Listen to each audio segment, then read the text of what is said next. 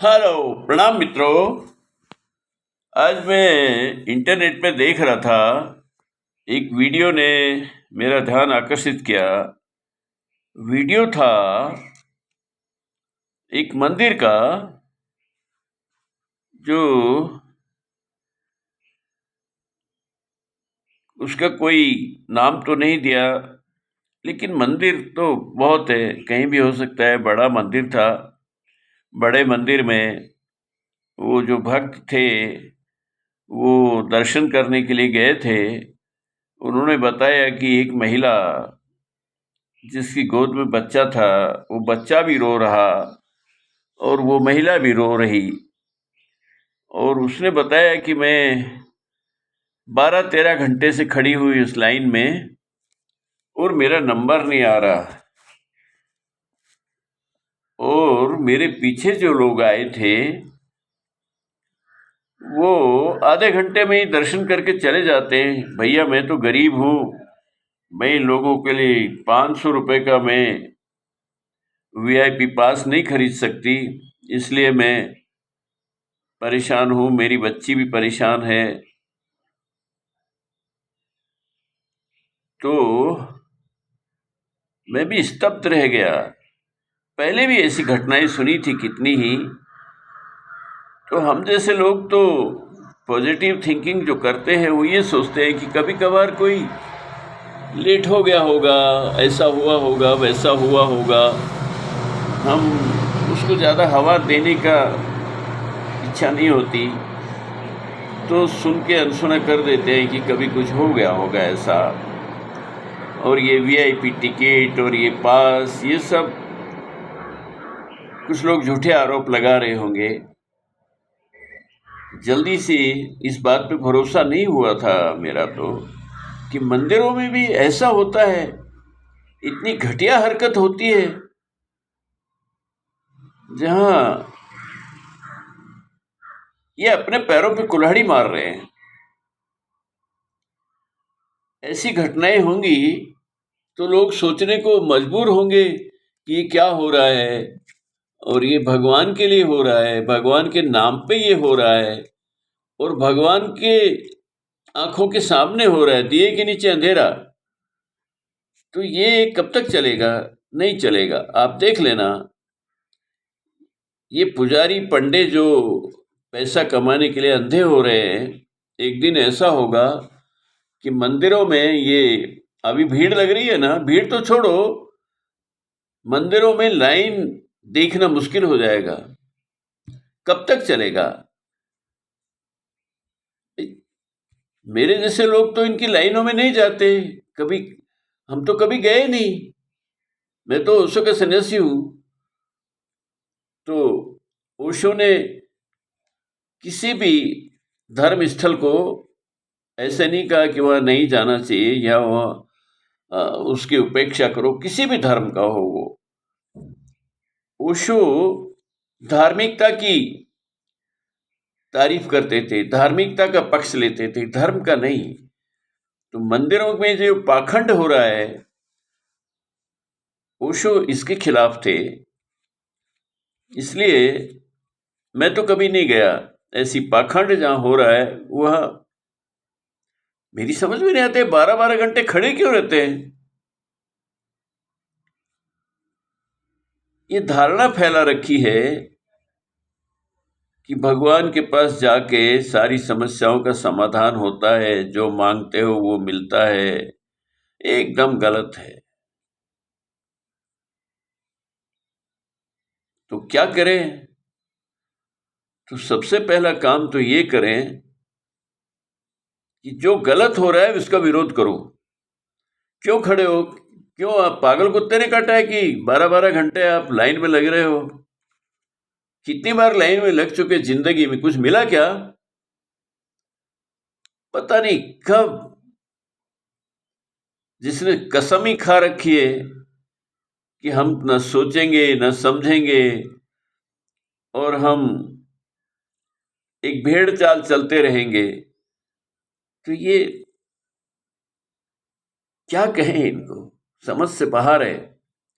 और उन पाखंडी पुजारियों को क्या कहें जो 500 रुपया दे के उस व्यक्ति ने बताया कि फिर मैं पुजारी के पास गया और मैंने उसको बोला कि भाई ये कैसे जरा नंबर लगवा दो हमारा। उसने कहा 500 रुपये लगेंगे, वीआईपी पास ले लो।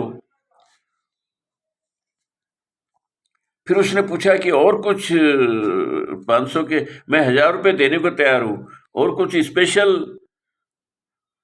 है? उसने कहा भगवान के आपको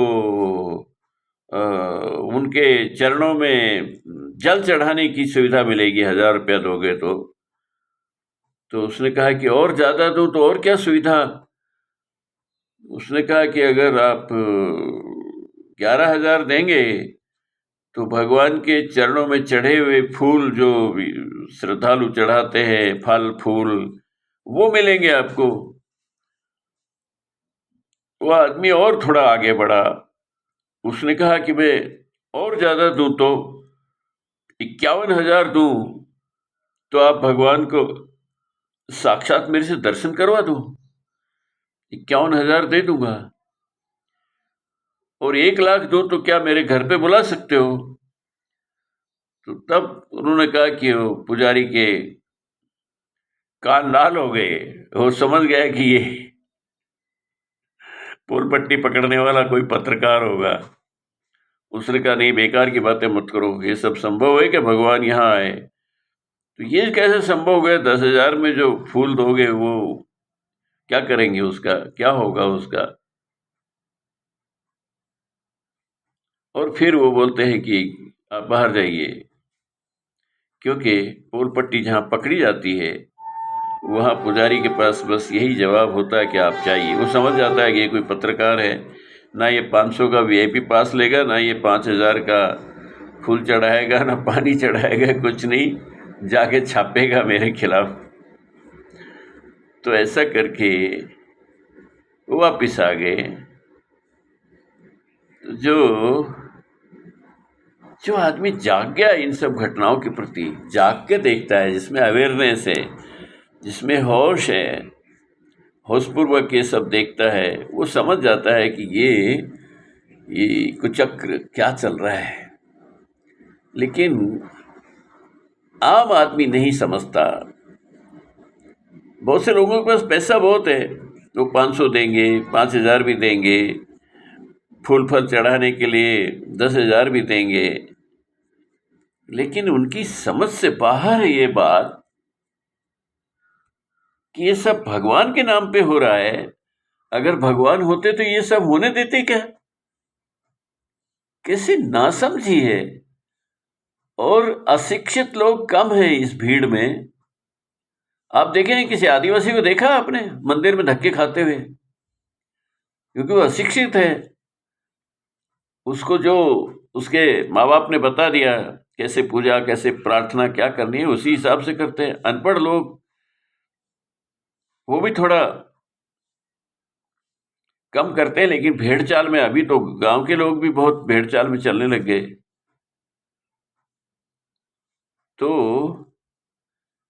ये सब सुन के, देख के, मेरे जैसे लोगों के लिए तो ये स्थिति सहन करने लायक नहीं है। आखिर मीडिया के ऊपर भी तो कुछ पाबंदी होनी चाहिए ना, कि मीडिया भी क्या दिखा रहा है, अपना टीआरपी बढ़ाने के लिए ऐसी ऐसी घटनाएं दिखाई जाती हैं जो बिल्कुल उनको बैन कर देना चाहिए सरकार को। मीडिया का भी तो एक लिमिट होना चाहिए ना दिखाने का, कि चाहे जो मन मर्जी आए वही दिखा दिया।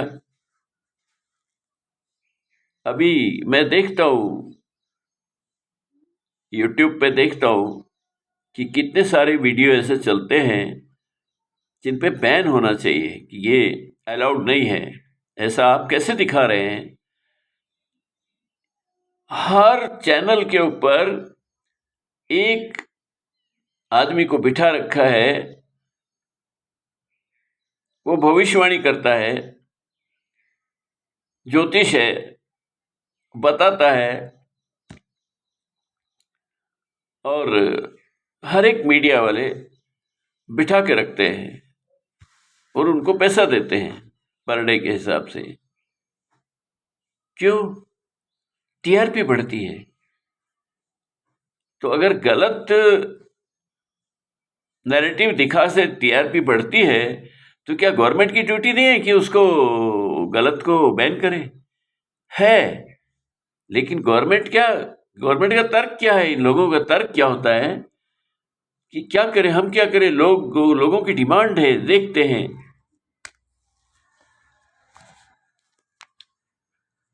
पूरा मार्केट बना दिया है।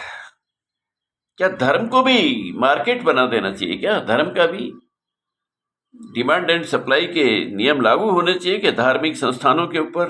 No, not at all. कुछ तो पाबंदी लगानी पड़ेगी कि क्या परोस रहे हो, क्या तुम लोगों को मैसेज कर रहे हो, क्या सिखा रहे हो। ये हद से ज्यादा बढ़ गया है मामला। अब इसके ऊपर कुछ पाबंदियां लगनी चाहिए, मीडिया के ऊपर भी। और ये जो पाखंड का फैलाव जो हो रहा है, अब मोदी कहते हैं कि नया भारत में ये देखो, वो देखो, ये प्रोग्रेस किया, वो प्रोग्रेस किया। नए भारत में ये भी देखो कि यार, नए भारत में ये सब पाखंड चलना चाहिए क्या? इधर भी तो देखो ना। आप अच्छे हवाई अड्डे बना रहे हो, अच्छे रोड बना रहे हो, अच्छा अपने पुल बनाया है, संसार का सबसे ऊंचा पुल बनाया है, अच्छी बात है। टनल्स बन रहे हैं, तो ये तो अच्छी बात है। लेकिन ये भी तो देखो ना कि क्या क्या पाखंड चल रहा है, वो भी धर्म के नाम पे। अधार्मिक लोग इतना नुकसान नहीं कर रहे हैं जितना ये तथाकथित पाखंडवादी लोग, सबसे बड़ा नुकसान ये लोग कर रहे हैं। फिर इसका समर्थन में मीडिया है, फिर ये भविष्यवाणी बताने वाले हैं, ये राशिफल बताने वाले हैं, ये हाईली क्वालिफाइड वर्ग जो है,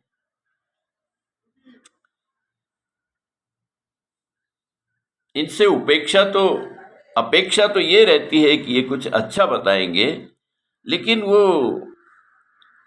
हाईली क्वालिफाइड हो, कुछ भी हो, वो अपना दुकानदारी के हिसाब से चलता है, मार्केटिंग कर रहा है, मार्केट बना दिया, डिमांड एंड सप्लाई बना दिया उसको, धर्म को भी।